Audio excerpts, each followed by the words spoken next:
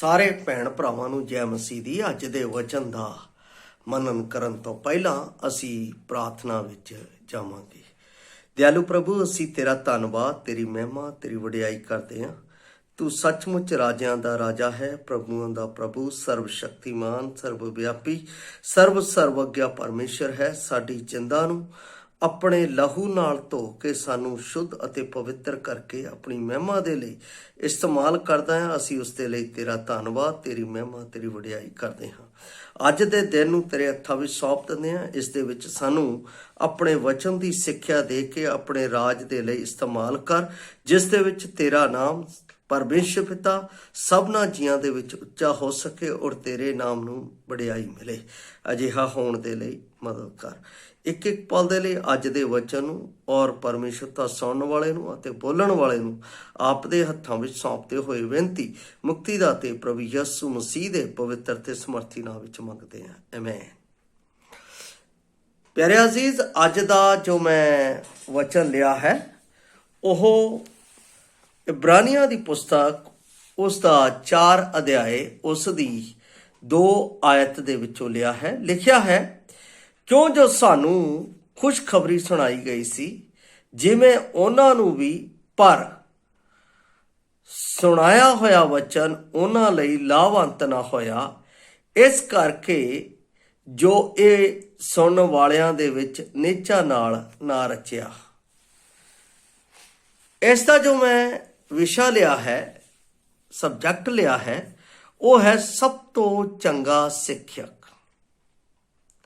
ਅੱਜ ਦੇ ਇਸ ਯੁੱਗ ਦੇ ਵਿੱਚ, ਅੱਜ ਦੇ ਇਸ ਸਮੇਂ ਦੇ ਵਿੱਚ ਬਹੁਤ ਸਾਰੇ ਸਿੱਖਿਅਕ ਨਿਕਲੇ ਹੋਏ ਨੇ, ਬਹੁਤ ਸਾਰੇ ਸਿਖਾਉਣ ਵਾਲੇ ਉੱਠ ਖੜੇ ਹੋਏ ਨੇ, ਪਰ ਅੱਜ ਸਾਨੂੰ ਇੱਕ ਚੰਗੇ ਸਿੱਖਿਅਕ ਦੀ ਪਛਾਣ ਕਿਵੇਂ ਹੋ ਸਕਦੀ ਹੈ? ਸਵਾਲ ਸਾਡੇ ਮੂਹਰੇ ਇਹ ਹੈ।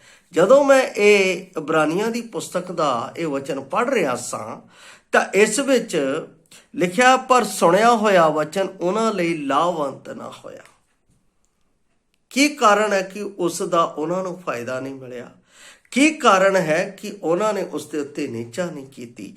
ਕੀ ਕਾਰਨ ਹੈ ਕਿ ਉਹ ਵਚਨ ਉਹਨਾਂ ਦੇ ਅੰਦਰ ਕੰਮ ਨਹੀਂ ਕਰਕੇ ਗਿਆ?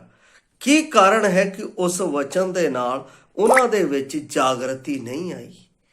ਇਹ ਬਹੁਤ ਸਾਰੇ ਸਵਾਲ ਇਸ ਵਚਨ ਦੇ ਨਾਲ ਸਾਡੇ ਜੀਵਨ ਦੇ ਵਿੱਚ ਪੈਦਾ ਹੁੰਦੇ ਆ।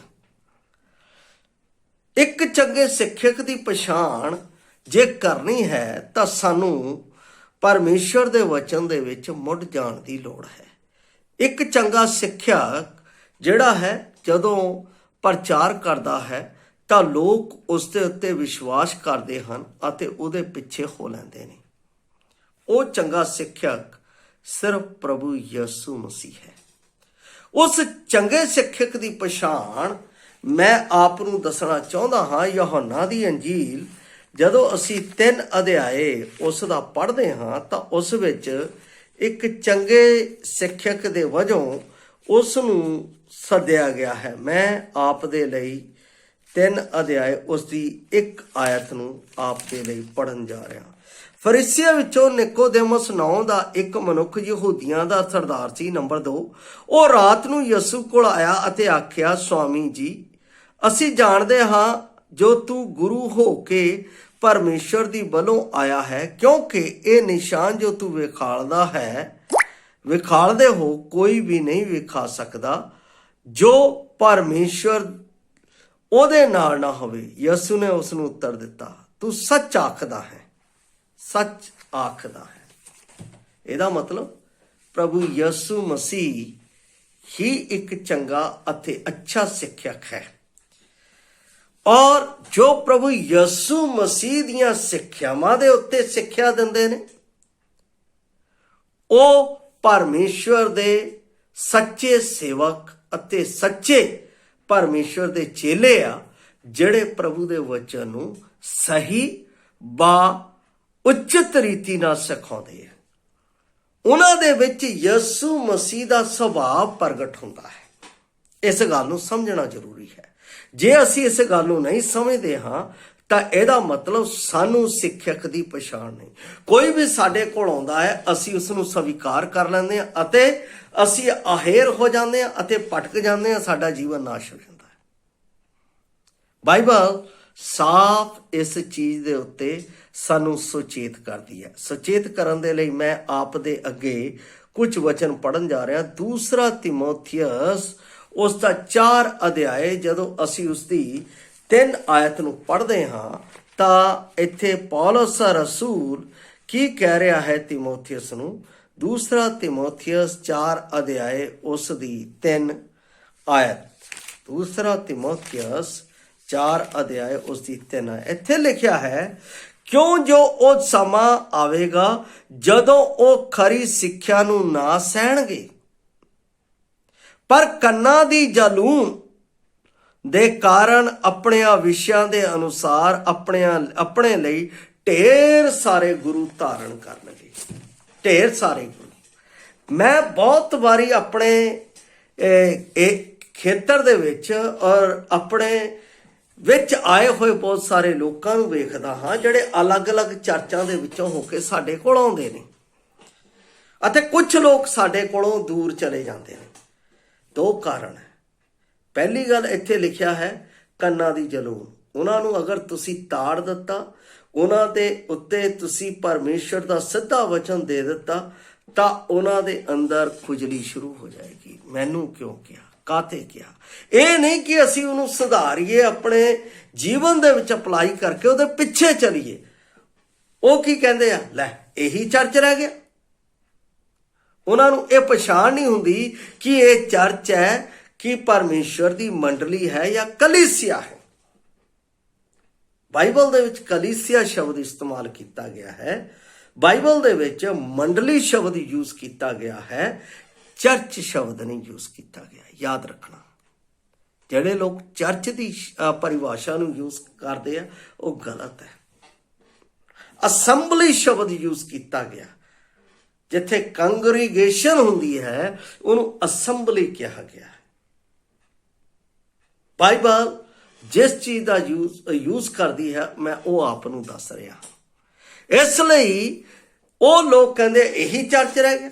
ਇਹਦਾ ਮਤਲਬ ਪਹਿਲੀ ਗੱਲ ਤਾਂ ਉਹਨਾਂ ਨੂੰ ਮੰਡਲੀ ਦੀ ਪਹਿਚਾਣ ਨਹੀਂ। ਦੂਸਰੀ ਗੱਲ, ਇਹੋ ਪ੍ਰਚਾਰਕ ਰਹਿ ਗਿਆ, ਉਹਨਾਂ ਨੂੰ ਪ੍ਰਚਾਰਕ ਦੀ ਪਛਾਣ ਨਹੀਂ। ਤੀਸਰੀ ਗੱਲ, ਇੱਥੇ ਇਹੋ ਵਿਸ਼ਵਾਸੀ ਹੈ, ਇਹਦਾ ਮਤਲਬ ਉਹਨਾਂ ਨੂੰ ਵਿਸ਼ਵਾਸੀਆਂ ਦੀ ਪਛਾਣ ਨਹੀਂ। ਇਹ 3 ਗੱਲਾਂ ਦੇ ਨਾਲ ਉਹ ਚਰਚ ਦੇ ਵਿੱਚੋਂ ਆਊਟ ਹੁੰਦੇ ਆ। ਤੇ ਜਿਹੜੇ ਆਉਂਦੇ ਆ ਉਹ ਆਲੇ ਦੁਆਲੇ ਬਹੁਤ ਸਾਰੇ ਚਰਚਾਂ ਦੇ ਵਿੱਚੋਂ ਘੁੰਮ ਕੇ ਭਟਕ ਕੇ ਆਉਂਦੇ ਆ। ਕਿਸੇ ਪ੍ਰਚਾਰਕ ਨੇ ਉਹਨਾਂ ਦੇ ਨਾਲ ਗਲਤ ਵਿਵਹਾਰ ਕਰਤਾ, ਕਿਸੇ ਪ੍ਰਚਾਰਕ ਨੇ ਲੈਣ ਦੇਣ ਦੇ ਨਾਲ ਉਹਨਾਂ ਦੇ ਵਿੱਚ ਗਲਤ ਤਰ੍ਹਾਂ ਦੀ ਪਰਿਸਥਿਤੀ ਪੈਦਾ ਕਰਤੀ, ਕਿਸੇ ਪ੍ਰਚਾਰਕ ਨੇ ਉਹਨਾਂ ਦੇ ਉੱਤੇ ਬੋਝ ਪਾ ਦਿੱਤਾ, ਕਿਸੇ ਪ੍ਰਚਾਰਕ ਨੇ ਉਹਨਾਂ ਨਾਲ ਧੋਖਾ ਕਰਤਾ, ਕਿਸੇ ਪ੍ਰਚਾਰਕ ਨੇ ਉਹਨਾਂ ਨਾਲ ਕਿਸੇ ਪ੍ਰਕਾਰ ਦੀ ਬੇਖੁਦੀ ਗੱਲ ਕਰ ਦਿੱਤੀ, ਉੱਥੋਂ ਭਟਕ ਕੇ ਨਿਕਲ ਆਏ। ਤੀਸਰੇ ਪ੍ਰਕਾਰ ਦੇ ਉਹ ਲੋਕ ਜਿਹੜੇ ਅਲੱਗ-ਅਲੱਗ ਮੰਡਲੀਆਂ ਦੇ ਵਿੱਚ, ਅਲੱਗ-ਅਲੱਗ ਸਭਾਵਾਂ ਦੇ ਵਿੱਚ ਜਾ ਕੇ ਟੇਸਟ ਲੈਂਦੇ ਆ। ਫਿਰ ਉਹ ਕਹਿੰਦੇ ਉਹ ਫਲਾਨਾ ਪ੍ਰਚਾਰਕ ਚੰਗਾ, ਫਲਾਨਾ ਚੰਗਾ, ਫਲਾਨਾ ਚੰਗਾ, ਫਲਾਨਾ ਚੰਗਾ। ਗ੍ਰੰਥ ਦੇ ਵਿੱਚ ਫਿਰ ਪੌਲਸ ਕਹਿੰਦਾ ਹੈ, ਤੁਹਾਡੇ ਵਿੱਚ ਝਗੜੇ ਕਿੱਥੋਂ ਆ ਗਏ? ਇਹਦਾ ਮਤਲਬ, ਇਹਦਾ ਅਰਥ, ਤੁਸੀਂ ਹਜੇ ਤੱਕ ਪਰਮੇਸ਼ਵਰ ਦੀ ਉਸ ਪਵਿੱਤਰ ਯੋਜਨਾ ਨੂੰ ਨਹੀਂ ਸਮਝ ਸਕੇ ਜੋ ਪਰਮੇਸ਼ਰ ਨੇ ਮੈਨੂੰ ਅਤੇ ਆਪ ਨੂੰ ਦਿੱਤੀ ਹੈ। ਕਾਹਦੇ ਲਈ? ਪਰਮੇਸ਼ਵਰ ਦੀ ਪਵਿੱਤਰ ਭਗਤੀ ਕਰਨ ਦੇ ਲਈ। ਉਹਨਾਂ ਨੂੰ ਪਵਿੱਤਰ ਭਗਤੀ ਦਾ ਕੋਈ ਮੀਨਿੰਗ ਨਹੀਂ ਹੁੰਦਾ। ਉਹਨਾਂ ਨੂੰ ਮੀਨਿੰਗ ਹੈ ਕਿ ਆਹ ਪ੍ਰਚਾਰਕ, ਕਈ ਤਾਂ ਕਹਿੰਦੇ ਆ ਸਾਡਾ ਪ੍ਰਚਾਰਕ ਸ਼ੇਰ ਹੈ। ਉਹਨੂੰ ਹਵਾ ਦੇ ਕੇ ਉਹਨੂੰ ਫੁਲਾ ਦਿੰਦੇ ਆ, ਮਤਲਬ ਘਮੰਡ 'ਚ ਫੁੱਲ ਜਾਂਦਾ ਹੈ। ਬਾਈਬਲ ਦੇ ਵਿੱਚ ਲਿਖਿਆ ਹੈ, ਪਰਮੇਸ਼ਵਰ ਪੁੱਤਰ ਨੇ ਸਾਫ਼ ਕਿਹਾ ਕਿ ਸਿੱਧੀ ਸਿੱਖਿਆ ਦੇਣੀ ਹੈ, ਕੋਈ ਵਿੰਗੀ ਟੇਢੀ ਸਿੱਖਿਆ ਨਹੀਂ ਦੇਣੀ, ਕੋਈ ਕਿਸੇ ਦੇ ਮੂੰਹ ਦਿਖਾਵੇ ਦੀ ਸਿੱਖਿਆ ਨਹੀਂ ਦੇਣੀ। ਜੇ ਉਹ ਇੱਥੋਂ ਚਲਾ ਜਾਊਗਾ ਤਾਂ ਕੀ ਹੋਊਗਾ? ਕਲੀਸਿਆ ਨੂੰ ਬਣਾਉਣ ਵਾਲਾ ਪਰਮੇਸ਼ਰ ਹੈ, ਕਲੀਸਿਆ ਨੂੰ ਖੜਾ ਕਰਨ ਵਾਲਾ ਪਰਮੇਸ਼ਰ ਹੈ। ਕਲੀਸਿਆ ਦੇ ਵਿੱਚ ਵਿਸ਼ਵਾਸੀਆਂ ਨੂੰ ਭਾਲ ਕੇ ਉਸ ਝੁੰਡ ਦੇ ਵਿੱਚ ਲੈ ਕੇ ਆਉਣ ਵਾਲਾ ਪਰਮੇਸ਼ਰ ਹੈ। ਤੁਸੀਂ ਕੌਣ ਹੋ ਫਿਰ? ਸਿਰਫ ਵਿਸ਼ਵਾਸੀ, ਉਸ ਨਾਮ ਦੇ ਉੱਤੇ ਵਿਸ਼ਵਾਸ ਕਰਨ ਵਾਲੇ। ਅਸੀਂ ਕਹਿੰਦੇ ਆ ਜੀ ਮੈਂ ਚਰਚ ਬਣਾਇਆ, ਯੂ ਆਰ ਰੋਂਗ। ਅਸੀਂ ਕਹਿੰਦੇ ਆ ਜੀ ਮੈਂ ਉਸ ਬੰਦੇ ਨੂੰ ਖਿੱਚ ਕੇ ਲਿਆ, ਯੂ ਆਰ ਰੋਂਗ। ਤੁਸੀਂ ਸਮਝਦੇ ਨਹੀਂ ਹੈ ਕਿ ਪਰਮੇਸ਼ਵਰ ਨੇ ਇਹ ਕੰਮ ਕੀਤਾ, ਉਹ ਜਰੀਆ ਸਾਨੂੰ ਬਣਾਇਆ। ਅਸੀਂ ਪਰਮੇਸ਼ਵਰ ਨੂੰ ਮਹਿਮਾ ਨਹੀਂ ਦੇ ਰਹੇ, ਅਸੀਂ ਆਪਣੇ ਆਪ ਨੂੰ ਮਹਿਮਾ ਦੇ ਰਹੇ। ਮੈਂ ਕਈ ਪ੍ਰਚਾਰਕਾਂ ਨੂੰ ਵੀ ਦੇਖਦਾ ਹਾਂ ਜਿਹੜੇ ਪੈਰਾਂ ਦੇ ਵਿੱਚ ਪੈਰੀ ਹੱਥ ਲਵਾਉਂਦੇ ਆ, ਪੈਰੀ। That is wrong. ਕਈ ਪੈਰੀ ਹੱਥ ਪੈਂਦੇ ਆ, ਮੈਂ ਕਈਆਂ ਨੂੰ ਦੇਖਦਾ ਪੈਰੀ ਹੱਥ ਲਾਉਂਦੇ ਆ। ਗਲਤ ਹੈ, ਬਹੁਤ ਗਲਤ ਹੈ। ਬਾਈਬਲ ਦੇ ਵਿੱਚ ਪਰਮੇਸ਼ਵਰ ਦੇ ਜਿਹੜੇ ਸਿੱਖਿਅਕ ਹੈ, ਜਿਹੜੇ ਸਿੱਖਿਆ ਦੇਣ ਵਾਲੇ ਹੈ, ਉਹ ਪਰਮੇਸ਼ਵਰ ਦੇ ਡਰ ਅਤੇ ਭੈ ਅਤੇ ਪਵਿੱਤਰਤਾ ਅਤੇ ਸੱਚਾਈ ਅਤੇ ਪ੍ਰੇਮ ਅਤੇ ਆਨੰਦ ਦੇ ਨਾਲ ਉਸ ਦੀ ਸਿੱਖਿਆ ਦਿੰਦੇ ਆ। ਧਿਆਨ ਨਾਲ ਸੁਣਨਾ, ਪਰਮੇਸ਼ਵਰ ਦੇ ਭੈ, ਪਵਿੱਤਰਤਾ, ਪਰਮੇਸ਼ਵਰ ਦੀ ਸੱਚਾਈ, ਪਰਮੇਸ਼ਵਰ ਦੇ ਪ੍ਰੇਮ, ਪਰਮੇਸ਼ਵਰ ਦੇ ਆਨੰਦ ਦੇ ਨਾਲ ਉਹ ਪਰਮੇਸ਼ਵਰ ਦਾ ਪ੍ਰਚਾਰ ਕਰਦੇ। ਉਹਦੇ ਵਿੱਚ ਮਿਲਾਵਟ ਨਹੀਂ ਕਰਦੇ। ਮਿਲਾਵਟ ਦਾ ਵੀ ਸ਼ਬਦ ਬੜਾ ਖਤਰਨਾਕ ਹੈ। ਬਾਈਬਲ ਦੇ ਵਿੱਚ ਅਕਸਰ ਪੌਲਸ ਰਸੂਲ ਜਿਹੜਾ ਹੈ ਇਸ ਗੱਲ ਨੂੰ ਸਾਡੇ ਵਿੱਚ ਪ੍ਰਗਟ ਕਰਦਾ ਹੈ। ਔਰ ਜਦੋਂ ਅਸੀਂ ਇਸ ਵਚਨ ਨੂੰ ਪ੍ਰਗਟ ਕਰਦੇ ਹਾਂ, ਇਸ ਵਚਨ ਨੂੰ ਉਹਦੇ ਸਾਹਮਣੇ ਰੱਖਦੇ ਹਾਂ, ਤਾਂ ਉਹ ਕੀ ਕਹਿੰਦਾ? ਅਸੀਂ ਤਾਂ ਬਾਲਿਆਂ ਦੀ ਨਿਆਈ ਪਰਮੇਸ਼ਵਰ ਦੀ ਬਾਣੀ ਵਿੱਚ ਮਿਲਾਵਟ ਨਹੀਂ ਕਰਦੇ, ਪਰ ਨਿਸ਼ਕਪਟਤਾ ਦੇ ਨਾਲ ਪਰਮੇਸ਼ਵਰ ਦੀ ਵੱਲੋਂ ਪਰਮੇਸ਼ਵਰ ਦੇ ਅੱਗੇ ਮਸੀਹ ਦੇ ਵਿੱਚ ਹੋ ਕੇ ਬੋਲਦੇ ਹਾਂ। ਦੇਖੋ, ਦੂਸਰਾ ਕਰੰਥੀਆਂ 2 ਅਧਿਆਏ ਉਸ ਦੀ 17 ਆਇਤ ਵਿੱਚ ਪੌਲਸ ਨੇ ਕਹਿ ਦਿੱਤਾ। ਇਹਦਾ ਮਤਲਬ ਸਾਨੂੰ ਮਿਲਾਵਟ ਕਰਨ ਦੀ ਆਦਤ ਨਹੀਂ ਹੈ, ਅਸੀਂ ਨਹੀਂ ਕਰ ਸਕਦੇ। ਮਿਲਾਵਟ ਕਿਹੜੇ ਲੋਕ ਕਰਦੇ ਆ? ਜਿਹੜੇ ਦਾਨ ਦੇ ਮਗਰ ਭੱਜਦੇ ਆ, ਜਿਹੜੇ ਸੰਸਾਰ ਦੀਆਂ ਵਸਤਾਂ ਦੇ ਮਗਰ ਭੱਜਦੇ ਆ, ਜਿਹੜੇ ਕਹਿੰਦੇ ਆ ਇਸ ਦੁਨੀਆ ਦੇ ਵਿੱਚ ਮੇਰੇ ਕੋਲ ਅੱਛਾ ਮਕਾਨ ਬਣ ਜਾਏ, ਇਸ ਦੁਨੀਆ ਦੇ ਵਿੱਚ ਮੇਰੇ ਕੋਲ ਗੱਡੀ ਆ ਜਾਏ, ਮੇਰੇ ਕੋਲ ਆ ਹੋ ਜਾਏ, ਮੇਰੇ ਕੋਲ ਆ ਹੋ ਜਾਏ। ਉਹ ਪਰਮੇਸ਼ਰ ਦੇ ਵਚਨ ਦੇ ਨਾਲ ਨਹੀਂ, ਉਹ ਲੋਕਾਂ ਨੂੰ ਕੀ ਕਹਿਣਗੇ? ਤੇਰਾ ਵੀਜ਼ਾ ਲੱਗ ਜਾਏਗਾ। ਇਹ ਸਿੱਖਿਆ ਨਹੀਂ ਹੈ। ਤੂੰ ਚੰਗਾ ਹੋ ਜਾਏਗਾ, ਇਹ ਸਿੱਖਿਆ ਨਹੀਂ ਹੈ। ਤੇਰਾ ਘਰ ਬਣ ਜਾਊਗਾ, ਤੇਰਾ ਕਰਜ਼ ਲੱਥ ਜਾਊਗਾ, ਤੇਰਾ, ਇਹ ਬਹੁਤ ਗਲਤ ਸਿੱਖਿਆ ਹੈ। ਪ੍ਰਭੂ ਯਿਸੂ ਮਸੀਹ ਨੇ ਅਤੇ ਮੈਨੂੰ ਅਤੇ ਆਪ ਨੂੰ ਇੱਕ ਸਿੱਖਿਆ ਦਿੱਤੀ। ਉਹ ਸਿੱਖਿਆ ਇਹ ਦਿੱਤੀ ਕਿ ਤੁਸੀਂ ਵਿਸ਼ਵਾਸ ਦੇ ਵਿੱਚ ਆ ਗਏ ਤਾਂ ਜਾਓ, ਜਾ ਕੇ ਸਰਵੱਤ ਸ੍ਰਿਸ਼ਟੀ ਦੇ ਵਿੱਚ ਮੇਰੀ ਖੁਸ਼ਖਬਰੀ ਦਾ ਪ੍ਰਚਾਰ ਕਰੋ ਕਿ ਪਰਮੇਸ਼ਰ ਪਾਪੀਆਂ ਦੇ ਲਈ ਮਾਰਿਆ ਗਿਆ, ਗੱਡਿਆ ਗਿਆ ਅਤੇ ਤੀਸਰੇ ਦਿਨ ਜੀ ਉੱਠਿਆ, ਉਹ ਮੇਰਾ ਪ੍ਰਭੂ ਹੈ। ਇਸ ਗੱਲ ਦੇ ਉੱਤੇ ਵਿਸ਼ਵਾਸ ਕਰੋ। ਅਸੀਂ ਇਸ ਵਚਨ ਨੂੰ ਦੇਣ ਦੀ ਬਜਾਏ ਹੋਰ ਗੱਲਾਂ ਦੇ ਵਿੱਚ ਚਲੇ ਗਏ ਅਤੇ ਉਹਨਾਂ ਦੇ ਪਿੱਛੇ ਲੱਗ ਗਏ, ਅਸੀਂ ਭਟਕ ਗਏ। ਇਹੀ ਤਾਂ ਇਸ ਯੁੱਗ ਦੇ ਈਸ਼ਵਰ ਦੀ ਇੱਕ ਯੋਜਨਾ ਹੈ, ਜਿਹੜੀ ਇਹਨਾਂ ਗੱਲਾਂ ਦੇ ਨਾਲ ਲੋਕਾਂ ਨੂੰ ਪਰਮੇਸ਼ਵਰ ਦੇ ਵਚਨ ਤੋਂ ਗੁੰਮਰਾਹ ਕਰ ਰਹੀ ਹੈ। ਕੀ ਗੁੰਮਰਾਹ ਕਰ ਰਹੀ ਹੈ? ਮੈਂ ਉਹ ਵੀ ਆਪ ਦੇ ਲਈ ਪੜ੍ਹ ਰਿਹਾ।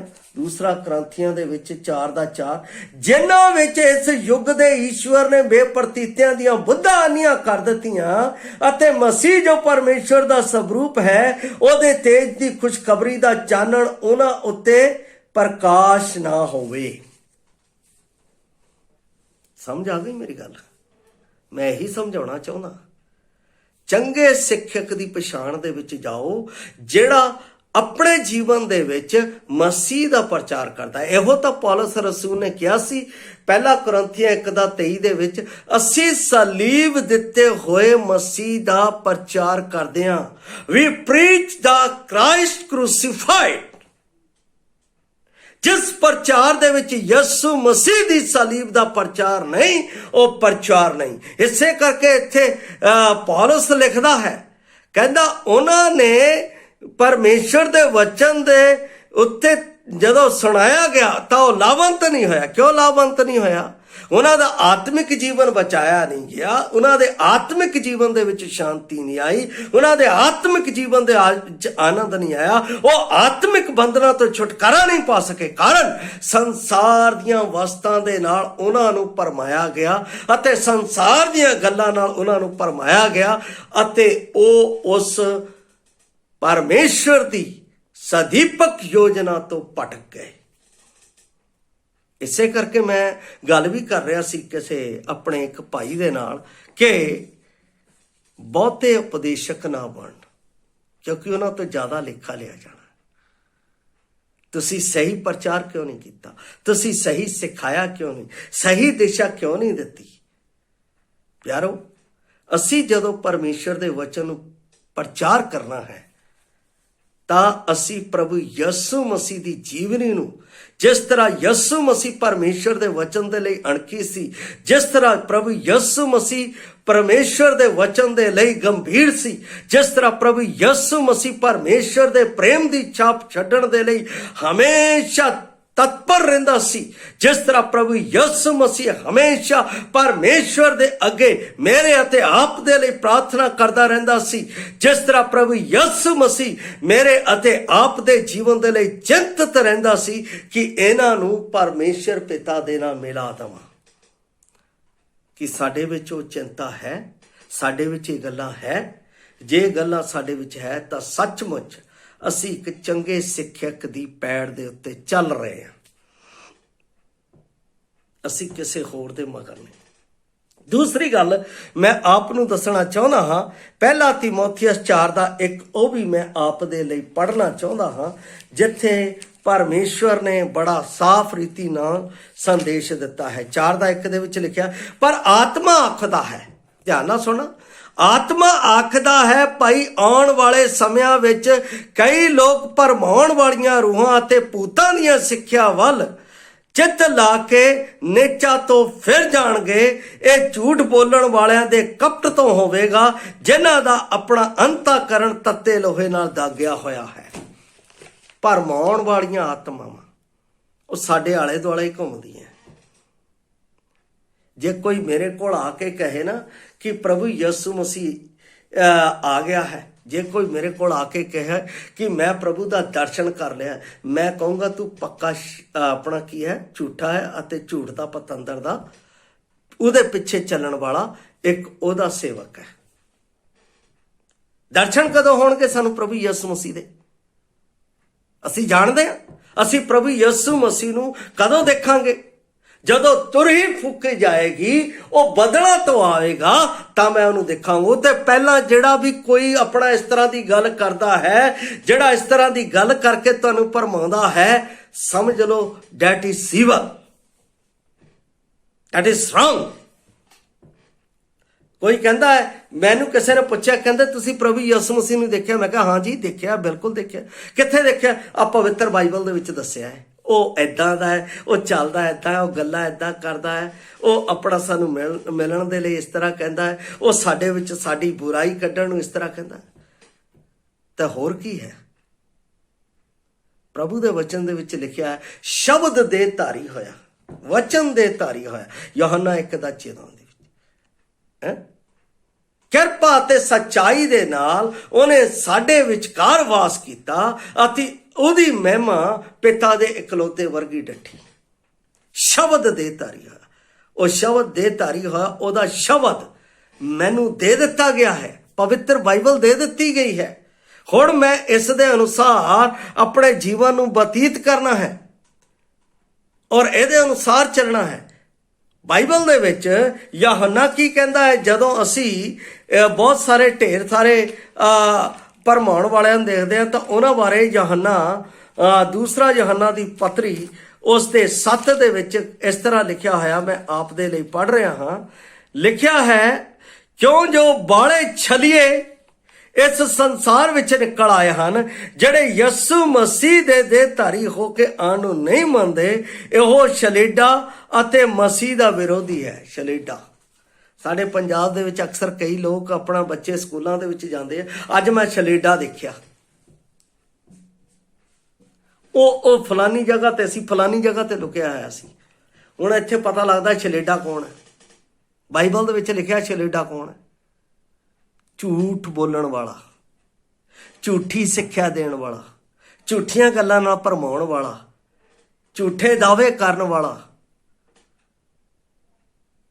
ਝੂਠੇ ਚਮਤਕਾਰ ਦਿਖਾ ਕੇ ਆਪਣੇ ਆਪ ਦੇ ਵਿੱਚ ਅਟਰੈਕਸ਼ਨ ਕਰਵਾਉਣ ਵਾਲਾ।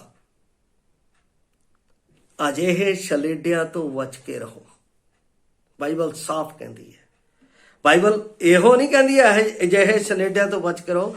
ਬਾਈਬਲ ਇਹ ਵੀ ਕਹਿੰਦੀ ਹੈ ਜੇ ਕੋਈ ਤੁਹਾਡੇ ਕੋਲ ਆਵੇ ਇਹ ਸਿੱਖਿਆ ਨਾ ਲਿਆਵੇ, ਇਹ ਸਿੱਖਿਆ ਕਿ ਪ੍ਰਭੂ ਯਿਸੂ ਮਸੀਹ ਪਾਪੀਆਂ ਨੂੰ ਬਚਾਉਣ ਦੇ ਲਈ ਕਲਵਰੀ ਕਰੂਸ ਦੇ ਉੱਤੇ ਮਾਰਿਆ ਗਿਆ ਅਤੇ ਕੱਢਿਆ ਗਿਆ ਤੇ ਤੀਸਰੇ ਦਿਨ ਜੀ ਉੱਠਿਆ, ਹੁਣ ਉਹ ਮੇਰਾ ਪ੍ਰਭੂ ਹੈ। ਜੇ ਕੋਈ ਇਹ ਸਿੱਖਿਆ ਨਾ ਲਿਆਵੇ ਤਾਂ ਉਸ ਨੂੰ ਘਰ ਦੇ ਵਿੱਚ ਨਾ ਉਤਾਰੋ, ਨਾ ਉਸ ਦੀ ਸੁੱਖ ਸਾਂਦ ਮਨਾਓ, ਕਿਉਂਕਿ ਜਿਹੜਾ ਉਸ ਦੀ ਸੁੱਖ ਸਾਂਦ ਮਨਾਉਂਦਾ ਹੈ ਉਹ ਉਸ ਦੇ ਬੁਰੇ ਕੰਮਾਂ ਦਾ ਸਾਂਝੀ ਬਣਦਾ ਹੈ, ਭਾਗੀਦਾਰ ਹੁੰਦਾ ਹੈ। ਇਸ ਲਈ ਪਿਆਰੋ, ਅਜਿਹੇ ਝੂਠੇ ਸਿੱਖਿਅਕ ਤੋਂ ਅਸੀਂ ਆਪਣੇ ਆਪ ਨੂੰ ਸਚੇਤ ਰੱਖਣਾ ਹੈ। ਔਰ ਮੈਂ ਇੱਕ ਹੋਰ ਵਚਨ ਪੜ੍ਹਨ ਜਾ ਰਿਹਾ ਹਾਂ, ਦੂਸਰਾ ਪਤਰਸ 2 ਅਧਿਆਏ, ਇਹਦੇ ਨਾਲ ਹੀ ਹੈ। ਦੂਸਰਾ ਪਤਰਸ ਜੋ ਆਪਣਾ ਭਟਕਾਉਣ ਵਾਲੇ ਹੈ ਉਹਨਾਂ ਦੇ ਬਾਰੇ ਲਿਖਿਆ ਹੈ। 2:1 ਇੱਥੇ ਲਿਖਿਆ ਹੈ, ਪਰ ਉਹਨਾਂ ਲੋਕਾਂ ਵਿੱਚੋਂ ਝੂਠੇ ਨਬੀ ਵੀ ਉੱਠੇ ਜਿਵੇਂ ਤੁਹਾਡੇ ਵਿੱਚੋਂ ਝੂਠੇ ਗੁਰੂ ਹੋਣਗੇ। ਝੂਠੇ ਗੁਰੂ ਮਤਲਬ ਝੂਠੇ ਸਿੱਖਿਅਕ। ਗੁਰੂ ਦਾ ਮਤਲਬ ਕੀ ਹੈ ਮੈਂ ਆਪ ਨੂੰ ਦੱਸਣ ਜਾ ਰਿਹਾ। ਗੁਰੂ, ਬਹੁਤ ਸਾਰੇ ਬੰਦੇ ਕਹਿੰਦੇ ਆ ਗੁਰੂ ਗੁਰੂ ਗੁਰੂ, ਇੰਗਲਿਸ਼ ਦੇ ਵਿੱਚ ਕਹਿੰਦੇ ਆ ਟੀਚਰਸ, ਪੰਜਾਬੀ ਦੇ ਵਿੱਚ ਅਧਿਆਪਕ, ਸਿੱਖਿਆ ਦੇਣ ਵਾਲਾ। ਲੇਕਿਨ ਅਸਲ ਗੁਰੂ ਦਾ ਮਤਲਬ ਕੀ ਹੈ? ਗੁਰੂ ਦਾ ਅਗਰ ਸਹੀ ਸ਼ਬਦ ਕੱਢੀਏ, ਉਹਨੂੰ ਸੰਧੀਵਾਚਕ ਦੇ ਵਿੱਚ ਲੈ ਕੇ ਆਈਏ, ਵਿਆਕਰਣ ਦੇ ਸੰਧੀਵਾਚਕ ਦੇ ਵਿੱਚ ਲੈ ਕੇ ਆਈਏ, ਗੂ ਜਮਾ ਰੂ, ਇਹਦਾ ਮਤਲਬ ਕੀ ਹੈ? ਹਨੇਰੇ ਤੋਂ ਚਾਨਣ ਵਿੱਚ ਲੈ ਕੇ ਆਉਣ ਵਾਲਾ ਗੁਰੂ। ਉਹ ਹੈ ਯਿਸੂ ਮਸੀਹ। ਔਰ ਉਸ ਯਿਸੂ ਮਸੀਹ ਨੇ ਇਹ ਸਿੱਖਿਆ ਸਾਨੂੰ ਦਿੱਤੀ ਹੈ ਕਿ ਜਾਓ, ਜਾ ਕੇ ਜਿਹੜੇ ਹਨੇਰੇ ਵਿੱਚ ਬੈਠੇ ਹੋਏ ਉਹਨਾਂ ਨੂੰ ਚਾਨਣ ਵਿੱਚ ਲੈ ਕੇ ਆਓ। ਅਜੇ ਤੱਕ ਅਸੀਂ ਇਹ ਅਸਲ ਹੀ ਨਹੀਂ ਸਮਝੇ। ਕਹਿੰਦਾ ਬਹੁਤ ਸਾਰੇ ਗੁਰੂ ਹੋਣਗੇ ਜਿਹੜੇ ਨਾਸ਼ ਕਰਨ ਵਾਲੀਆਂ ਬਿਦਤਾਂ ਚੋਰੀ ਅੰਦਰ ਲਿਆਉਣਗੇ ਅਤੇ ਉਸ ਸਵਾਮੀ ਦਾ ਜਿਹਨੇ ਉਹਨਾਂ ਨੂੰ ਮੁੱਲ ਲਿਆ ਹੈ ਇਨਕਾਰ ਕਰਕੇ ਛੇਤੀ ਆਪਣਾ ਨਾਸ਼ ਕਰਾਉਣਗੇ। ਬਹੁਤ ਸਾਰੇ ਵਿਸ਼ਵਾਸੀ ਮੈਂ ਬਰਬਾਦ ਹੁੰਦੇ, ਨਾਸ਼ ਹੁੰਦੇ, ਵੈਕਸਲਾਈਡ ਹੋ ਕੇ ਮਰਦੇ ਹੋਏ ਦੇਖੇ। ਪਿਆਰੋ, ਸਚੇਤ ਹੋ ਜਾਓ। ਇਹ ਸਮਾਂ ਬੜਾ ਅਦਭੁਤ ਹੈ, ਇਹ ਬੜਾ ਸਮਾਂ ਗੰਭੀਰ ਹੈ। ਬਹੁਤ ਸਾਰੇ ਲੋਕ ਤੁਹਾਨੂੰ ਏਦਾਂ ਦੀ ਸਿੱਖਿਆ, ਤੁਸੀਂ ਕਹਿਣਗੇ ਸੱਚਾ ਹੀ ਹੈ ਜੀ, ਦੈਟ ਇਜ਼ ਰੋਂਗ ਹੈ। ਕਹਿੰਦਾ ਪਰਮੇਸ਼ਰ ਦੇ ਵਚਨ ਦਾ ਸਭ ਤੋਂ ਚੰਗਾ ਸਿੱਖਿਆ ਯਿਸੂ ਮਸੀਹ ਹੈ। ਜੀ ਉੱਠਣ ਦੇ ਦਿਨ ਤੋਂ ਚੇਲੇ ਯਰੂਸ਼ਲਮ ਤੋਂ ਇਮਾਉਸ ਵੱਲ ਜਾ ਰਹੇ ਸਨ। ਜਿਹੜੀਆਂ ਔਰਤਾਂ ਕਬਰ ਵਿੱਚ ਗਈਆਂ ਸਨ, ਉਹਨਾਂ ਦੇ ਦੁਆਰਾ ਉਹਨਾਂ ਨੇ ਸੁਣਿਆ ਸੀ ਕਿ ਉਹ ਕਬਰ ਖਾਲੀ ਹੈ ਅਤੇ ਸਵਰਗਦੂਤ ਉਹਨਾਂ ਨੂੰ ਕਿਹਾ ਕਿ ਪ੍ਰਭੂ ਜੀ ਉੱਠਿਆ ਹੈ। ਚੇਲਿਆਂ ਨੇ ਇਸ ਗੱਲ ਤੇ ਨਿਚਾ ਨਹੀਂ ਕੀਤੀ। ਦੇਖੋ, ਪ੍ਰਭੂ ਜੀ ਉੱਠਿਆ ਹੈ, ਜਦ ਕਿ ਪ੍ਰਭੂ ਨੇ ਆਪਣੇ ਪ੍ਰਚਾਰ ਦੇ ਵਿੱਚ ਕਿਹਾ ਸੀ ਕਿ ਲੋਕ ਮੈਨੂੰ ਫੜਨਗੇ, ਮਾਰਨਗੇ ਅਤੇ ਸੂਲੀ ਉੱਤੇ ਚਾੜ ਦੇਣਗੇ, ਦਫਨ ਕਰ ਦੇਣਗੇ ਅਤੇ ਮੈਂ ਤੀਜੇ ਦਿਹਾੜੇ ਜੀ ਉੱਠ। ਚੇਲਿਆਂ ਨੇ ਫੇਥ ਨਹੀਂ ਕੀਤਾ, ਚੇਲਿਆਂ ਨੇ ਵਿਸ਼ਵਾਸ ਨਹੀਂ ਕੀਤਾ। ਜਦ ਉਹ ਘਰ ਵਾਪਸ ਆ ਰਹੇ ਸਨ, ਪ੍ਰਭੂ ਯਿਸੂ ਖੁਦ ਉਹਨਾਂ ਕੋਲ ਆਇਆ ਅਤੇ ਮੂਸਾ ਤੋਂ ਲੈ ਕੇ ਸਾਰੇ ਨਬੀਆਂ ਤੋਂ ਆਰੰਭ ਕਰਕੇ ਪਵਿੱਤਰ ਬਾਈਬਲ ਵਿੱਚੋਂ ਆਪਣੇ ਵਿਸ਼ੇ ਦੀਆਂ ਗੱਲਾਂ ਅਰਥ ਉਹਨਾਂ ਨੂੰ ਸਮਝਾਉਣ ਲੱਗਾ। ਪਰ ਤਾਂ ਵੀ ਉਹ ਉਹਨੂੰ ਪਛਾਣ ਨਾ ਸਕੇ ਅਤੇ ਨਾ ਉਹਨਾਂ ਨਾਲ ਗੱਲਾਂ ਤੇ ਨਿਚਾ ਕਰ ਸਕੇ। ਉਸ ਦੀਆਂ ਜੋ ਉਸਨੇ ਦਸੀਆਂ ਸਨ ਉਹ ਅੰਨੇ ਹੀ ਰਹੇ, ਕਾਰਨ ਕਿ ਉਹਨਾਂ ਕੋਲ ਨਿਚਾ ਨਹੀਂ ਸੀ। ਬਾਈਬਲ ਦੇ ਵਿੱਚ ਰੱਖਿਆ ਹੈ, ਜਿਹੜਾ ਅੰਤ ਤੱਕ ਨਿਚਾ ਰੱਖੇਗਾ, ਵਿਸ਼ਵਾਸ ਦੇ ਵਿੱਚ ਬਣਿਆ ਰਹੇਗਾ, ਉਹੀ ਪਰਮੇਸ਼ਰ ਪੁੱਤਰ ਪ੍ਰਭੂ ਯਿਸੂ ਮਸੀਹ ਤੋਂ ਰਿਵਾਰਡ ਪ੍ਰਾਪਤ ਕਰੇਗਾ, ਜੀਵਨ ਦਾ ਮੁਕਟ। ਤੁਸੀਂ ਵੀ ਕਿਸੇ ਮਹਾਨ ਅਤੇ ਪ੍ਰਸਿੱਧ ਉਪਦੇਸ਼ਕ ਦੇ ਸੰਦੇਸ਼ਾਂ ਨੂੰ ਸੁਣ ਸਕਦੇ ਹੋ, ਪਰ ਜੇਕਰ ਤੁਹਾਡੇ ਵਿੱਚ ਨਿਚਾ ਨਹੀਂ ਹੈ ਤਾਂ ਤੁਸੀਂ ਉਹਨਾਂ ਸੰਦੇਸ਼ਾਂ ਨੂੰ ਸਮਝ ਨਹੀਂ ਸਕੋਗੇ ਅਤੇ ਤੁਸੀਂ ਅੰਨੇ ਹੀ ਰਹੋਗੇ। ਪਰਮੇਸ਼ਰ ਦੇ ਵਚਨ ਨੂੰ ਨੇਚਾ ਨਾਲ ਕਬੂਲ ਕਰਨਾ ਪੈਂਦਾ ਹੈ। ਜਦ ਤੱਕ ਮੇਰੇ ਵਿੱਚ ਨੇਚਾ ਨਹੀਂ ਆਉਂਦੀ, ਉਦੋਂ ਤੱਕ ਪਰਮੇਸ਼ਰ ਦਾ ਵਚਨ ਮੇਰੇ ਵਿੱਚ ਕੰਮ ਨਹੀਂ ਕਰੇਗਾ। ਉਹਨੂੰ ਵਚਨ ਨੂੰ ਆਣ ਦਿਓ, ਉਸ ਵਚਨ ਦੇ ਉੱਤੇ ਵਿਸ਼ਵਾਸ ਕਰੋ, ਵਿਸ਼ਵਾਸ ਕਰਕੇ ਚੱਲੋ ਤਾਂ ਤੁਹਾਡੇ ਜੀਵਨ ਦੇ ਵਿੱਚ ਕੰਮ ਹੋਵੇਗਾ। ਜੇ ਤੁਹਾਡੇ ਮੂਹਰੇ ਰੋਟੀ ਪਈ ਹੈ, ਵਿੱਚ ਸਬਜ਼ੀ ਪਈ ਹੈ, ਔਰ ਤੁਸੀਂ ਦੇਖ ਰਹੇ ਹੋ ਕਿ ਇਹ ਸਾਰਾ ਕੁਝ ਮੇਰੇ ਕੋਲ ਪਿਆ ਹੈ, ਔਰ ਜੇ ਮੈਂ ਇਸ ਨੂੰ ਖਾਵਾਂਗਾ ਨਹੀਂ ਤਾਂ ਮੇਰੀ ਭੁੱਖ ਨਹੀਂ ਮਿਟੇਗੀ, ਜੇ ਮੈਂ ਇਸ ਨੂੰ ਪਚਾਵਾਂਗਾ ਨਹੀਂ ਤਾਂ ਵਿਟਾਮਿਨਸ ਨਹੀਂ ਮਿਲੇਗਾ, ਜੇ ਵਿਟਾਮਿਨਸ ਨਹੀਂ ਬਣੇਗਾ ਤਾਂ ਮੇਰੇ ਵਿੱਚ ਖੂਨ ਨਹੀਂ ਹੋਵੇਗਾ, ਜੇ ਖੂਨ ਨਹੀਂ ਹੋਵੇਗਾ ਤਾਂ ਮੈਂ ਜ਼ਿੰਦਾ ਨਹੀਂ ਹੋਵਾਂਗਾ। ਬੜੇ ਸਾਫ਼ ਸ਼ਬਦਾਂ ਨਾਲ ਮੈਂ ਆਪ ਨੂੰ ਦੱਸ ਦਿੱਤਾ। ਇਸ ਲਈ ਪਰਮੇਸ਼ਰ ਦਾ ਸੰਦੇਸ਼ ਜਦੋਂ ਦਿੱਤਾ ਜਾਂਦਾ ਹੈ ਤਾਂ ਉਸ ਨੂੰ ਤੁਸੀਂ ਬੜੀ ਗੰਭੀਰਤਾ ਦੇ ਨਾਲ ਵਿਸ਼ਵਾਸ ਕਰਕੇ ਸਵੀਕਾਰ ਕਰੋ ਤਾਂ ਪ੍ਰਭੂ ਤੁਹਾਨੂੰ ਉਸ ਦਾ ਪ੍ਰਤੀਫਲ ਜ਼ਰੂਰ ਦੇਵੇਗਾ। ਇਸ ਲਈ ਚੰਗੇ ਸਿੱਖਿਅਕ ਪ੍ਰਭੂ ਯਿਸੂ ਮਸੀਹ ਦੇ ਕੋਲ, ਜੋ ਉਸ ਦਾ ਪਵਿੱਤਰ ਵਚਨ ਹੈ, ਉਸ ਦੇ ਨੇੜੇ ਆਓ। ਉਹ ਵਚਨ ਤੁਹਾਨੂੰ ਉਸ ਮੰਜ਼ਿਲ ਤੱਕ ਲੈ ਕੇ ਜਾਏਗਾ ਜਿੱਥੇ ਪ੍ਰਭੂ ਯਿਸੂ ਮਸੀਹ ਆਪ ਵਿਰਾਜਮਾਨ ਹੈ, ਅਤੇ ਮੈਨੂੰ ਵੀ ਉਸ ਥਾਂ ਦੇ ਵਿੱਚ ਵਿਰਾਜਮਾਨ ਹੋਣ ਦਾ ਅਖਤਿਆਰ ਦੇਵੇਗਾ।